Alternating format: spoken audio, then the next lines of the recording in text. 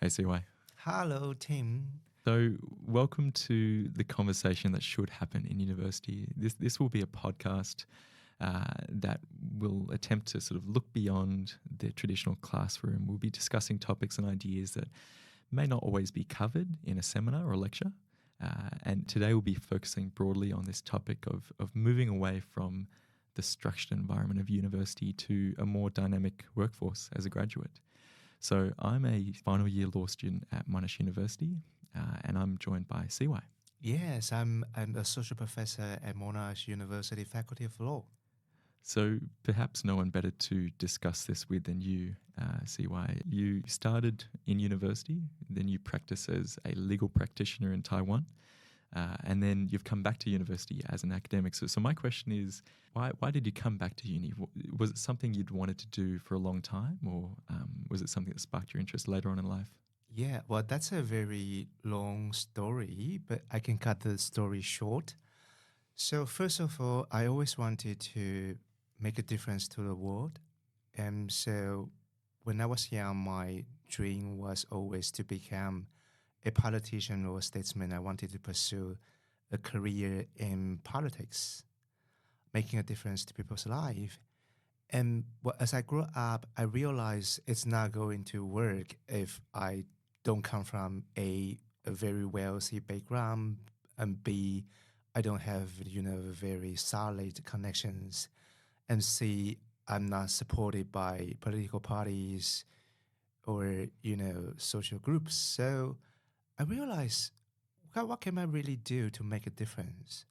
And then it occurs to me, well, given the fact that I'm a first generation college student, I realize education does play an instrument role to my life, and it changes me as a student, as a citizen.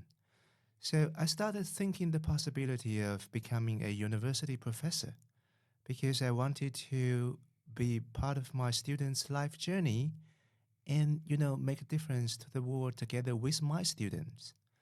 So I guess that's my reason to eventually become a professor.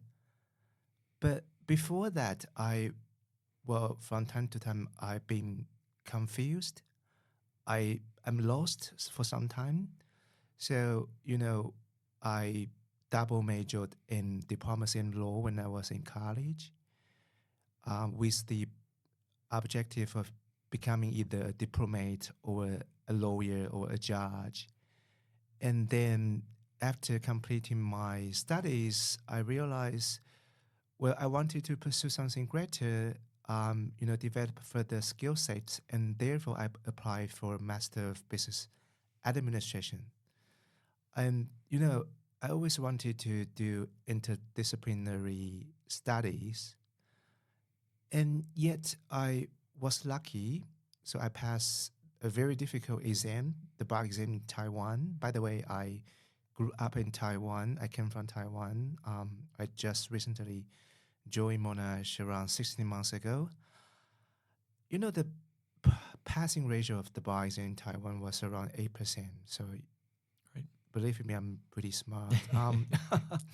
Yeah, so I passed that bar exam. So of course I ended up becoming a lawyer because I came from a poor background. So I really need to make some money. So I became a transactional attorney for around 2 years, and then the in-house counsel. And transactional, is that sort of corporate or commercial law? Basically corporate Right. law. So mergers and acquisitions, capital markets practice, and also one thing I did that was very special. So banks from time to time might fail, right? So when banks failed, the government should sometimes will step in. And at that time, there was a bank failed, and therefore the government, together with the government's delegates, the central deposit insurance corporations, they have to take over the bank, and they have to deal with the assets and liabilities the bank had, and then sell that bank to a prospective buyer.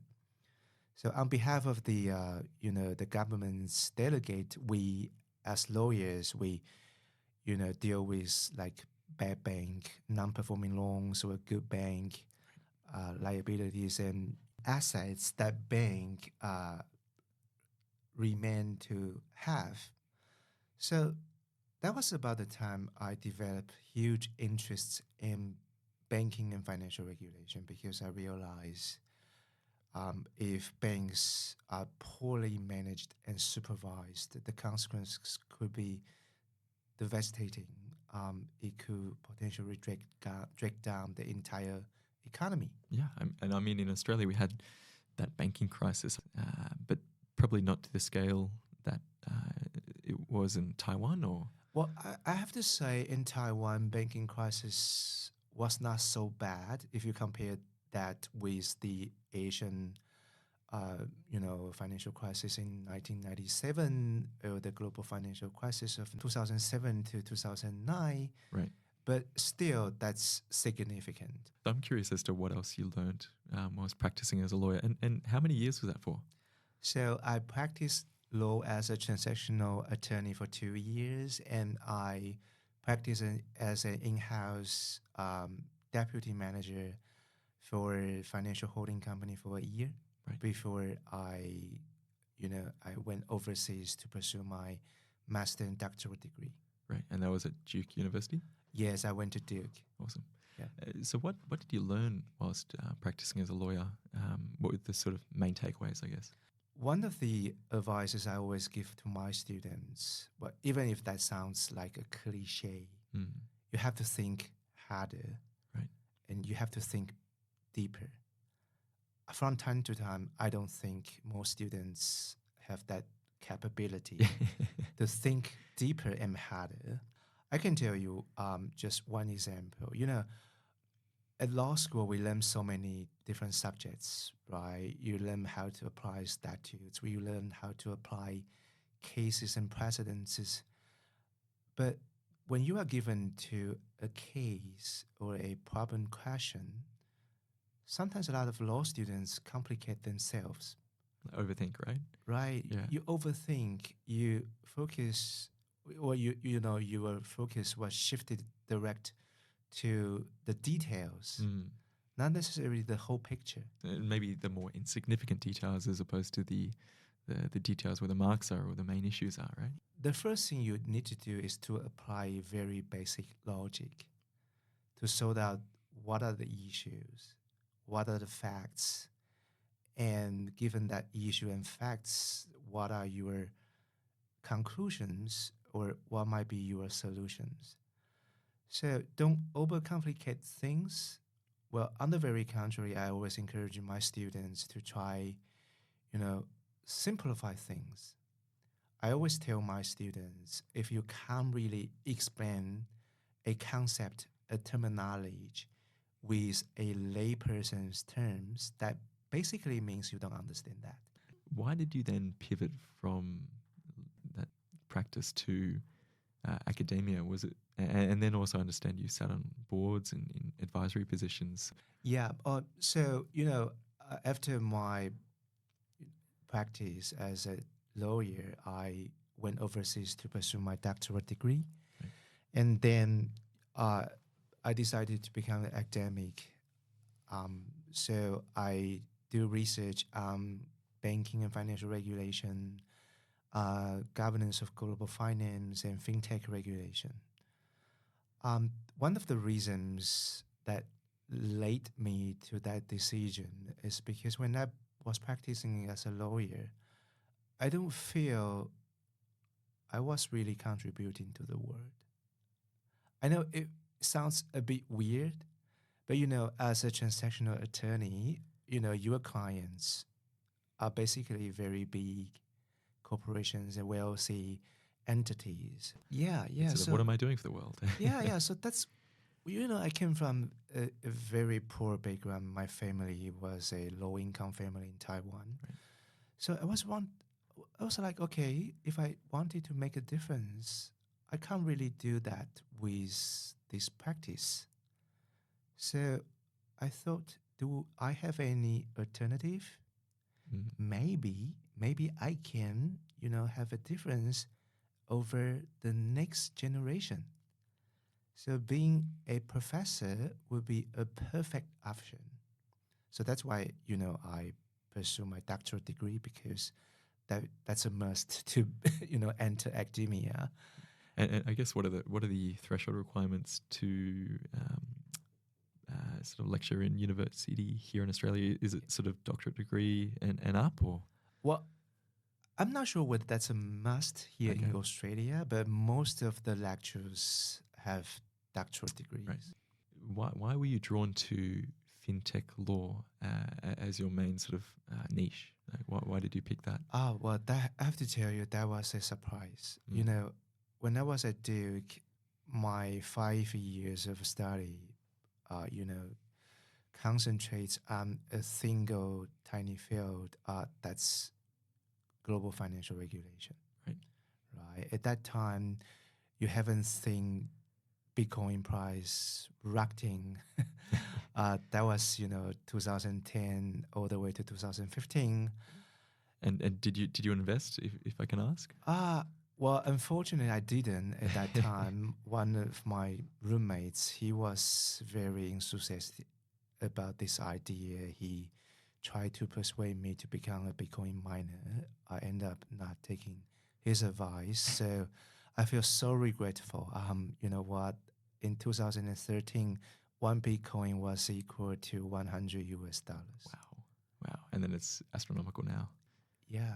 Anyway, that's a long story. But anyway, going back to, so why did I end up working in FinTech regulation? Because, after graduating from Duke, then I got an opportunity to work as a, postdoctoral fellow at UNSW Law. So that was about the time I learned all the things concerning regulation of digital financial services and FinTech. And I spent 2 years working at UNSW. And then did you stay in Australia, or did you go back to Taiwan? I went back to Taiwan. Okay. I got a tenure position in my alma mater. So that was a dream job. I couldn't say no to that. I always wanted to contribute to my home country. So I went back for another 6 years. And did that sort of fulfill your desire of contributing to the next generation, and sort of did it live up to your expectations of what an academic would be? I think so. Well, when I went back to Taiwan, no one else was working FinTech regulation. Right. So I was essentially, literally speaking, the very first one who, I shouldn't be saying I created this discipline or, area, but I kick off that discussion. Right. So, I was very satisfied with the fact that I was able to be involved in policy discussions, regulatory formations, industry dialogues. So I went through a lot of things, like the creation of regulatory sandbox in Taiwan. And what is that? Oh, well, that's a... you know what? I have to self-promote my unit. Absolutely. Yes, I teach FinTech and the law at Monash Law. And that's a new unit at the university? Not necessarily a new unit. I've done that last year. So this is my second time teaching the unit, but this is in semester 1, by the way. So if for any reason you are interested, make sure you enroll that unit. Yeah, so I did that unit over the summer of 2023, 2024. Okay, how did you find the experience? It was an area in which I knew nothing about. The first couple of lessons were sort of, what is going on? What is this area of law? But I think you're able to explain things in a very simple, eloquent way that it sort of just made sense. And I think a lot of people were quite inspired after that unit. So absolutely, if anyone listening would like to join that unit, they absolutely should. But back to your story. So I'm curious with the sitting on boards. I haven't even answered your question about what exactly is regulatory sandbox. But anyway, I can make it quick. So, whenever we have new things, especially financial innovations, utilizing technologies, one of the questions by the regulators will be how are we supposed to deal with that application and innovation? So regulators have to decide the timing, the form, the durability, and the degree of enforcement of its regulatory interventions. So when I say regulatory interventions, it could well be, imposing the existing laws and regulations. It could well be a total ban on the activities. It could well be issuing guidance and standards, or regulators might say let's do an experiment together with the industry player and see how it goes. And that's within a contained sandbox. Yes, right? in the contained and controlled environment. Right. And that's why we call it sandbox. And why would startups, fintechs, companies choose to enter that sandbox as opposed to just going out and doing it without the regulator's approval? Well, okay, that's very good questions. I always encourage my students to think from the perspective of business rationale. So, for example, if you wanted to get a financial services license in Australia, so you have to think about a lot of things. For example, you have to file the applications, you have to prepare all the compliance requirements, you have to make sure you have sufficient minimum capital, right? But before you are able to achieve all of the things, you realize you don't have money. So you need to secure capital from prospective investors. But the problem is, it's very difficult to secure support from prospective investors if they don't really believe the regulatory agency will issue a license to you. Right. So why would I invest all this money into this company if it might be blocked? Yeah. Right? So you are stuck. Mm. So what would you do? You don't have the capital to get the license you required, but you don't get the license without the capital. Right. So sandbox can be appealing in a sense. Well, it shows the investors, see, the regulators might end up saying yes to us, Right. even if that's temporary, even if that's a limited authorization, but potentially a yes. So with that, you can better attract capital. And then you get the capital, you have a higher chance of success to be granted a license. What other areas exist that you've worked on? So there's the sandboxes, there's the advisory work. What else? What else did you work on? Okay. You mentioned about I also sit on the board of directors at a commercial bank. Well, before that, I also sit on board of directors of a quasi-governmental national payments and settlement association in Taiwan. I think those are very valuable experience, practical experience. So being a scholar, from time to time, the industries might think they need some kind of expertise to be included in the board, in their decision-making or strategic thinking. So that's why they bring me on board, and therefore I serve as an independent director at one of the first digital banks in Taiwan. Different countries call them differently: virtual banks, internet-only banks, neobanks, or digital banks. You're a very passionate lecturer. You sort of love this field, and you're very dedicated to your students. So what is the fuel behind that fire?